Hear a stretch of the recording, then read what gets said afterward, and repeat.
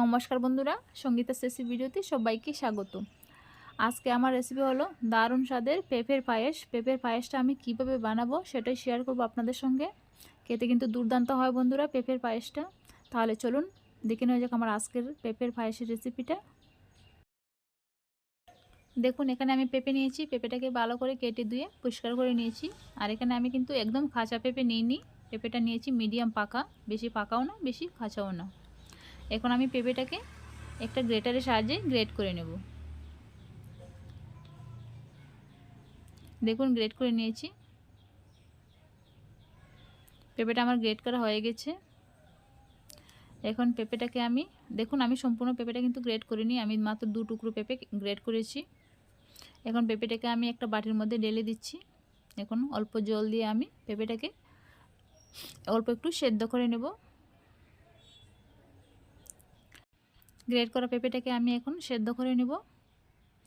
বেশি সময় সেদ্ধ করতে হবে না, অল্প একটু সেদ্ধ করে নিলে হবে। 2 থেকে 3 মিনিটের মতো সেদ্ধ করে নিলে কিন্তু হবে। দেখুন সেদ্ধ করে নিচ্ছি। তারপরে আমি জলটা জড়িয়ে ভালো করে পেঁপেটাকে চিপে নেব হাত দিয়ে। এখন আমি এদিকে কড়াই বসিয়ে দিয়েছি, কড়ার মধ্যে দিয়ে দিচ্ছি অল্প একটু ঘি। এখন আমি কিছুটা ড্রাই ফ্রুট ভেজে নেব। ড্রাই ফ্রুটের মধ্যে নিয়েছি আমি কাজু বাদাম, কাঠবাদাম আর কিশমিশ। এখন আমি কাজু বাদামটাকে অল্প একটু ভেজে নিয়েছি, এবার আমি কাঠবাদামগুলোকে একটু ভেজে নেব। অল্প একটু ভেজে নিলে কিন্তু হবে, বেশি ভাজতে হবে না।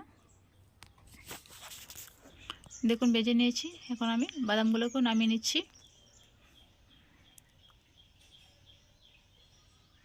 বাদামগুলো নামিয়ে নিয়েছি, আর কিশমিশটা আমি ভাজবো না। আর এদিকে আরও হাফ চামচ ঘি দিয়ে দিচ্ছি কড়ার মধ্যে। এখন আমি পেঁপেটাকে ভেজে নেব। পেঁপেটাকে আমি দেখুন ঠান্ডা করে নিয়ে হাত দিয়ে ভালো করে চিপিয়ে নিয়েছি। এখন আমি পেঁপেটাকে ভেজে নেব 2-3 মিনিটের মতো।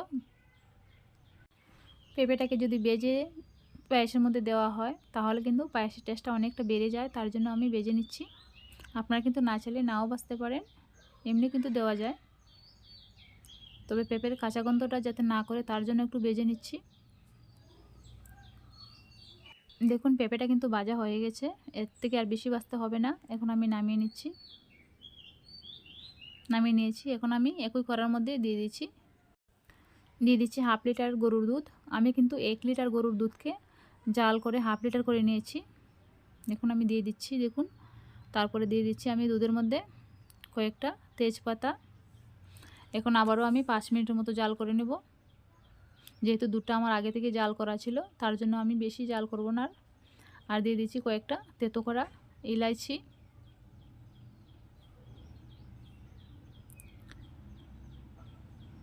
দুধটাকে ভালো করে ফুটিয়ে নিয়েছি। এখন আমি দিয়ে দেব ভেজে রাখা পেঁপে।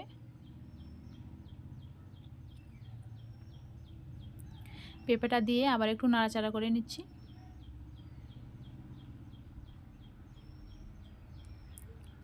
এই পেঁপের পায়েসটা কিন্তু খেতে দুর্দান্ত হয় বন্ধুরা। কোনো পুজো উপলক্ষে বা একাদশীর উপোসও কিন্তু বানিয়ে নিতে পারেন। এই পেঁপের পায়েসটা খেতে কিন্তু দুর্দান্ত হয়, কেউ কিন্তু বুঝতেও পারবে না এটা পেঁপে দিয়ে বানানো হয়েছে। আর এদিকে আমি পেঁপের পায়েসটাকে একটু ঘন করার জন্য এখানে আমি সুজি দিয়েছি, 1 চামচ সুজি দিয়েছি। আমার মনে হচ্ছে এখানে আরও 1 চামচ সুজি লাগবে, তার জন্য দেখুন এখানে আমি আরও 1 চামচ সুজি দিয়ে দিচ্ছি। আমি টোটাল 2 চামচ সুজি দিয়েছি। আপনারা কিন্তু সুজির পরিবর্তে এখানে ভাজা সেমাইও দিতে পারেন। আমি কিন্তু এখানে কাঁচা সুজি দিয়ে দিয়েছি, আপনারা কিন্তু চাইলে সুজিটা ভেজেও দিতে পারেন। সুজিটা দিয়ে ভালো করে নাড়াচাড়া করে নিচ্ছি যাতে করে সুজিটা দলা পেকে না যায়।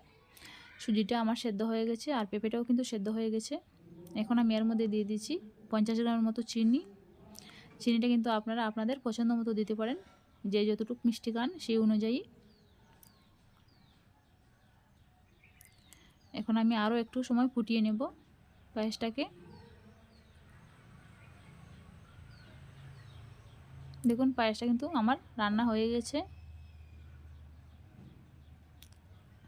ঘনত্বটা ঠিক এইরকম হয়েছে। যখন ঠান্ডা হয়ে যাবে তখন কিন্তু আর একটু ঘন হয়ে যাবে, তার জন্য আর বেশি রান্না করব না।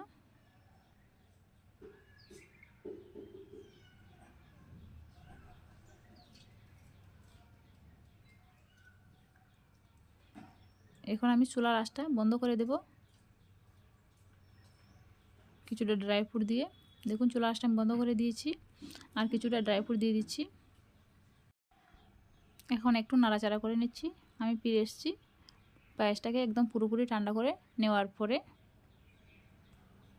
দেখুন পায়েসটা কিন্তু আমার ঠান্ডা হয়ে গেছে। এখন আমি একটা বাটির মধ্যে সার্ভ করে দেখাচ্ছি আপনাদের। দেখুন পায়েসের ঘনত্বটা কেমন হয়েছে, খুব সুন্দর হয়েছে বন্ধুরা খেতে। আর উপর দিকে দেখুন কিছুটা ড্রাই ফ্রুট দিয়ে দিচ্ছি। তাহলে আমার আজকের রেসিপি কেমন হয়েছে বন্ধুরা জানাবেন কমেন্ট করে। যদি ভালো লাগে প্লিজ সাবস্ক্রাইব করে পাশে থাকার অনুরোধ রইল সবাইকে। আর একটা লাইক করতে ভুলবেন না বন্ধুরা। তাহলে আজকের মতো বিদায় নিচ্ছি, ধন্যবাদ।